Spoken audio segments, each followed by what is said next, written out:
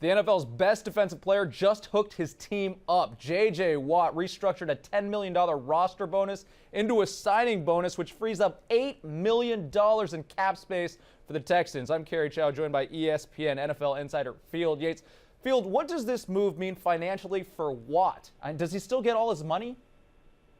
Kerry, this is a simple move for J.J. Watt and really for the team as well. But let's start with Watt. Basically, as you mentioned, the roster bonus turns into a signing bonus. So $10 million goes into J.J. Watt's bank account, all the same. An 8-figure check dumped into his bank account, something I know that you can relate to. But for Watt, the move makes sense because he gets the same money. And then for the team, basically what this does is it takes that $10 million, and rather than having it count all against the 2015 cap, which it would have if it had remained a roster bonus, J.J. Watt's signing bonus now counts $2 million a year over each of the next 5 years, including 2015, which is the motivation for the team to make this conversion from the roster bonus to the signing bonus.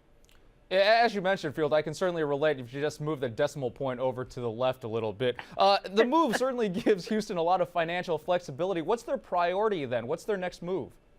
Well, I think there are a couple of factors to consider right now. Obviously, the Texans have been fairly active this offseason in terms of signing Brian Hoyer, re-signing quarterback Ryan Mallett. They added Vince Wilfork to their defense. They, of course, parted ways with Andre Johnson. So there are a couple of ways to view this move. Perhaps it's accounting for the influx of draft picks they'll have at the end of next month, which every NFL team has to do. And also, each NFL team likes to have a fund of cap space going into the regular season that accounts for incentive-based payments for players, accelerations and escalators on player salaries, and the potential to acquire players during the middle of the season. Field, you mentioned those marquee free agents. J.J. Watt was the highest paid defensive player in the league until the Dolphins signed Ndamukong Suh earlier this offseason. Who's worth more money, Watt or Suh?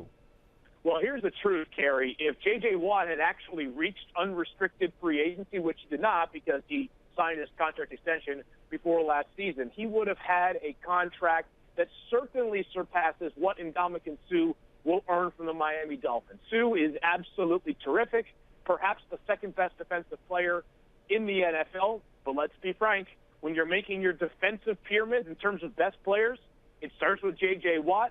He has pretty much every desirable trait from a defensive lineman. Moreover, he's got a few years in terms of age on Ndamukong Suh, so he's a younger and perhaps superior player overall. J.J. Watt is probably still underpaid, despite the fact that he recently signed a $100 million contract extension. Field Yates has every desirable trait for an ESPN NFL insider. Thanks, Field. Thanks, Gary. For Field Yates, I'm Kerry Chow with your latest ESPN headline.